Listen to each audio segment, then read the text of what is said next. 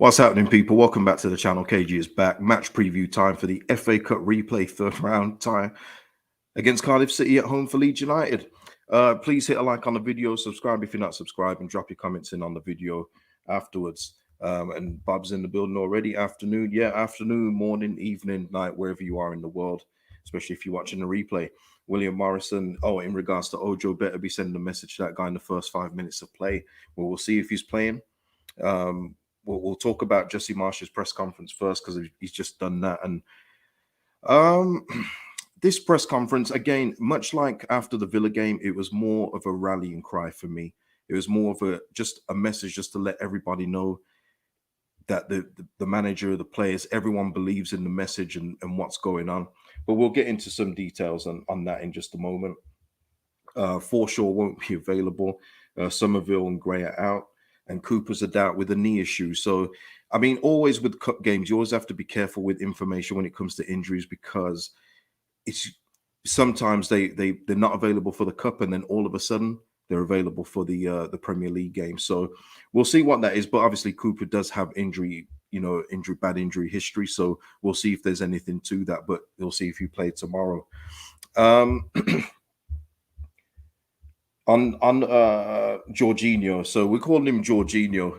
Yeah, I know. We're calling him Jorginho because, that's what Jesse and everyone seems to refer to him as. And it's also on the back of his shirt. So we'll call him that. He's really impressed with how he understands the tactics, and he believes it's how he's coached in Germany. So he's got a good tactical understanding of the game. He's the most two-footed player he's seen. And yeah, Sinistera could be back as well. That's something else.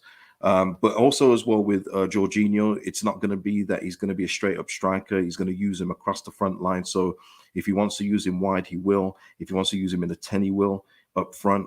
And so I think that he's going to be very, very flexible, just as I think we all believed. I don't think anyone thought he was an out and out striker. So it's going to be interesting to see how he's used. He didn't really give any indication of how he's going to set up with all the forward options that we've currently got, but he's very impressed with what we've seen from Jorginho at the moment. Bob's saying in regards to Jesse's press conference, he sounds like he knows he's on the way out soon. I'm glad he knows it's results based. Yeah, I mean, he said, I think it was just an off the cuff remark, but I think it just adds to his catalog. But he said that it's what did he say? I think it's paraphrasing, but it sucks that everything's based on results. But yeah, it is. But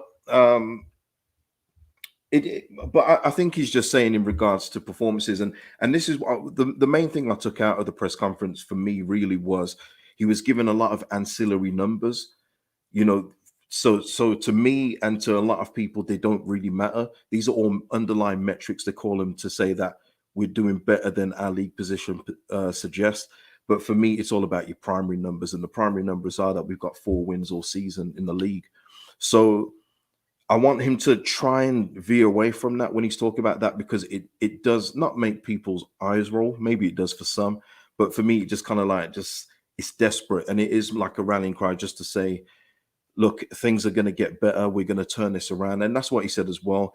He knows that Leeds fans and external noise is saying that maybe he's not the right man for the job, but him and the staff and the players all believe that they're going to turn it around. Let's have a look. Yeah. So yeah, Sinistera will probably play a part of this game, which is brilliant news, by the way. He was talking again about the good performance against Aston Villa, and yeah, it's a bit mad. He was very impressed with Rodrigo, even though he didn't score. He said, and Rodrigo was good, but he's overplaying this Aston Villa performance a bit for me as well. I do get where he's coming from in terms of things he's looking for, and those are the things that he wants to see in the game. But let's see if they do it again tomorrow. I mean, against Cardiff and against Brentford, it's got to be a consistent thing. Yeah, I mean, Robbie, exactly. Our league position is how we're doing. Yeah, that's what I mean. Like, it's always, and this is an American sport kind of thing. We always hear it in hockey and basketball for bad teams. They always talk about underlying metrics when it comes to either players not doing so well or teams not doing so well. I don't really want to hear any of that because it does nothing for me. Maybe it does something to people that don't watch games and watch stat sheets. But for me, you've got to watch the games and then you're seeing what you're getting from the results. Ray saying Leeds must win and win well. Hey, listen, Ray, I would take at this point, I would take a comfortable 2-0, maybe even 1-0. But what I would say is, and I'll speak on Cardiff in a bit, that there's no excuse for not winning the game tomorrow. Just none, except for us being Leeds United. That's the only thing that can trip us up. But I'll get into that in just a moment. What else did I note down here? What else have I got? What else have I got? Patrick Bamford said that he's doing okay, but they're going to have to, they got to take care of him and stuff like that. Nothing new that we don't know. He's being wrapped in bubble wrap. So it is what it is with Patrick Bamford. We'll see if he's going to start tomorrow. And James here is asking, KG, would you drop Aronson for Jaffe? Well, he was asked about Gelhardt today, and it sounds like they're making a decision on him very soon. So it does sound like that maybe Gelhardt will be out on loan very soon. So I don't see the point. He'll be available for the game tomorrow, I think, because he did play in the first round, in the third round, first game. So yeah, I think Gelhardt will be going out on loan. I just don't see any room for him. And I mentioned it on the video yesterday. If you haven't seen the video yesterday talking about 49er Enterprises and Unahi updates, go and check that one out. But I do think that the loan is probably the best option for him. Kevin Echoes is saying fans should stick with Jesse. Leeds are still a work in progress. Yeah, absolutely, Kevin. But results do determine that. Results do determine that. So, and it's also on the basis now. I've always said that we're going to have a poor season. I think it's going to be a season of pain. Finished around 16th, but at the same time, if the coach isn't getting the best out of defense, and he mentioned the defense today in terms of trying to try new things tactically and everything else like that, and Verba coming in, and he made a point of saying that we haven't conceded when Verba's been on the pitch in this time that he's come off the bench. So again, he's given us numbers just to say things will get better. But if he's not going to be able to organize that, then maybe there is another coach that can come in and help us, because the poor defense, regardless of the individuals who aren't good enough, and we know who they are, you can still get a better tune. And if that means sitting in your box, make them sit in the box and allow teams to come and try and break them down. But we haven't seen that yet. But he says that he's trying. We'll see. We'll see. The only people that can make this decision, by the way, are the 49ers and Radrizzani. That is it. That is it. And I don't think there's been enough unrest at Elland Road yet. I know there's been noises from away fans and things like that. But we've heard when we want managers out at Elland Road, and I don't think it's got to that pitch yet. I don't think it's reached that fever pitch yet. What we're saying, Matt Goodall is saying, you seen the latest headline about senior players revolting against Jesse? Oh yeah. It's from a talk. Let me just quickly talk about this, because it was by I think it was by Megan Swanick. She's must be like a blogger or reporter, sorry, I should say, out in America, and it was conducted back in December, and it was. Let me just get to the bit of what Matt's talking about here. Yeah, Bielsa versus Marsh, blah, blah, blah. Hold on a minute. Okay, right. So, yeah, he was saying, okay, just let me just quickly do this one here. And I won't say all of it. I'll just take the key notes out of it, of what Jesse said. Early on, like after 2 weeks, we had our first win. Players were really enjoying my idea of leadership, my idea of how we were going to move forward as a team. And the head of performance came to me and said, listen, the guys love what you're doing and they're really grasping onto who you are as a person. And I say, yeah, that's great. And I feel that. But in 6 months, we're going to have a whole new set of challenges, because they're not going to understand how to handle the freedom of being able to share their opinion and still understanding how it fits within the stand of what we're trying to create here. Almost to the day, 6 months later, we had an issue within the team, like a couple of guys wanting to do something different. And then the head of performance came to me and I looked at my watch and I go, see. So, yeah, I mean, obviously this is back in December, and it was a conference, I believe he was on video call for a conference that was held in America. And it's an interesting thing that he said there. But for me, there was nothing too weird about that. I think that players will always question their coaches, and coaches in turn will try and convince the players of their way, or they'll be flexible and try and see what the players want. But I mean, it was interesting that the fact it was 6 months. I mean, that's not a very long time, is it? But yeah, I mean that interview, by the way, is like I say, just Google Megan Swanwick and Jesse Marsh, and I'm sure it will pop up on Google searches. Uh, I mean, Bob's is saying it is from a seminar last week. I think it says here December. Bob's. Deshaun saying probably the old guard because they know their days are numbered. I mean, we don't know who they are, but obviously we know some players you know do need to be moved out, but it's easier to remove a manager than it is a bunch of players, isn't it? Unfortunately, so yeah, yeah, we'll see what happens. We'll see what happens. Let me just see if there's anything else. Mm-mm-mm-mm. Yeah, yeah. There's nothing else on. Is that right, Gil? The Boreham Wood game is off. No way. I want to know who we're playing in the fourth round. You know. But listen, let's just move on to Cardiff quickly because I won't be too long on this preview. I mean, it's only an FA Cup third round preview, of course, you know. But after the game when we drew 2-2, um, you know, Shea Ojo, who scored one of the goals on the day, you know, came out after and said, and I put part of the quote in the title, but the full quote is, "There's no reason to fear Leeds. If we put in that kind of performance again, there is no reason we can't win."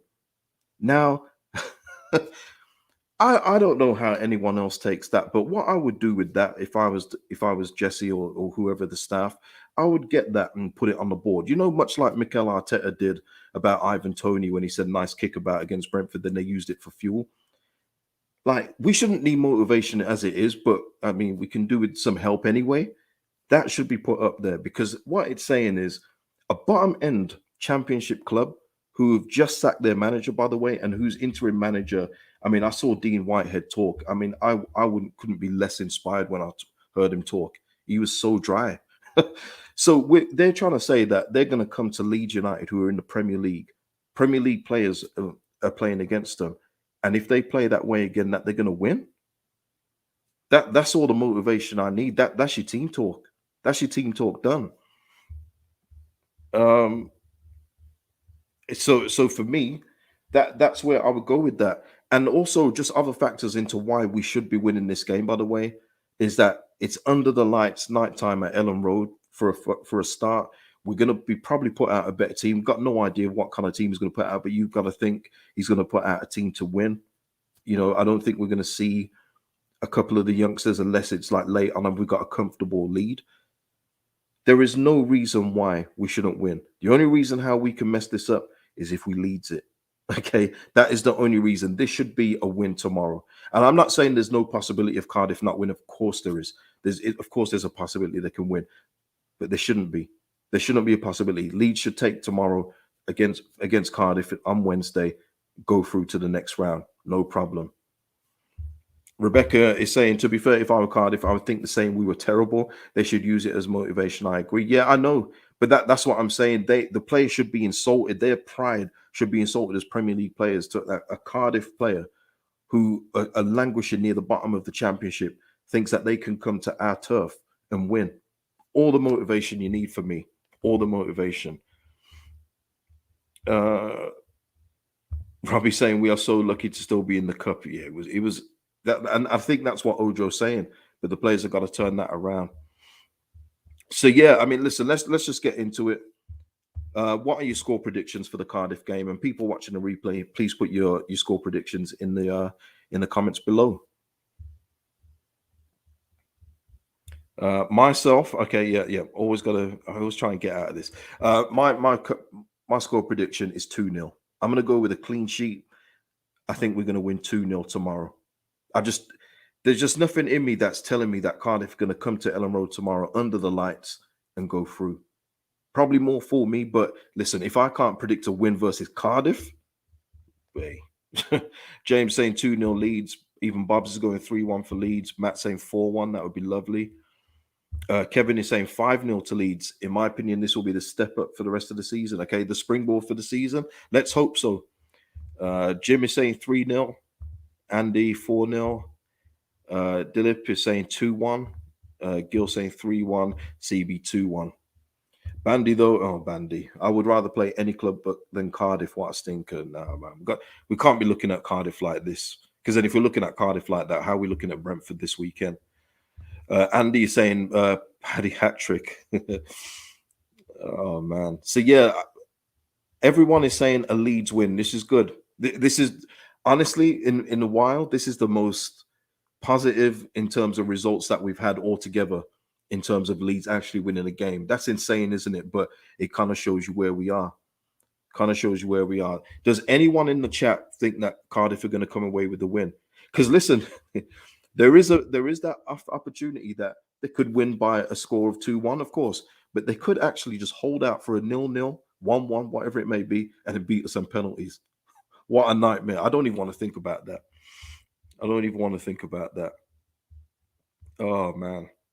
But yeah, listen, people, I'm gonna leave it there. I don't think there's anything else to go at. I don't think there's anything else. Yeah, I mean, listen, obviously I'll be back tomorrow. I don't know if I'm gonna do a watch along or just react after. I'm not sure. I'll see how I'm doing tomorrow. And then we'll talk about the Cardiff game tomorrow. It's a busy week this week, people. Busy week. Yeah, granddad, only fools and horses, tremendous. He said, "I never thought about penalties." Yeah, it can be a thing if we draw the game. Yeah, man. I don't even want to think about it. So yeah. And just to say, Robbie saying we must win, don't care about the score. It would be good for our mental health if we don't. And you just and that's another thing as well. Another thing of why Leeds must win. Just before I go, we're not in a position to not win. The players come, a lot of these players are confidence based. Jesse even says it himself. A lot of them don't believe in themselves. If they don't beat Cardiff tomorrow, can you imagine how would they going in mentally versus Brentford? Don't even want to think about that. So yeah, let's go for it, people. And listen, everyone, enjoy the rest of your day, night, wherever you are in the world. And I'll see you tomorrow after or during the game versus Cardiff.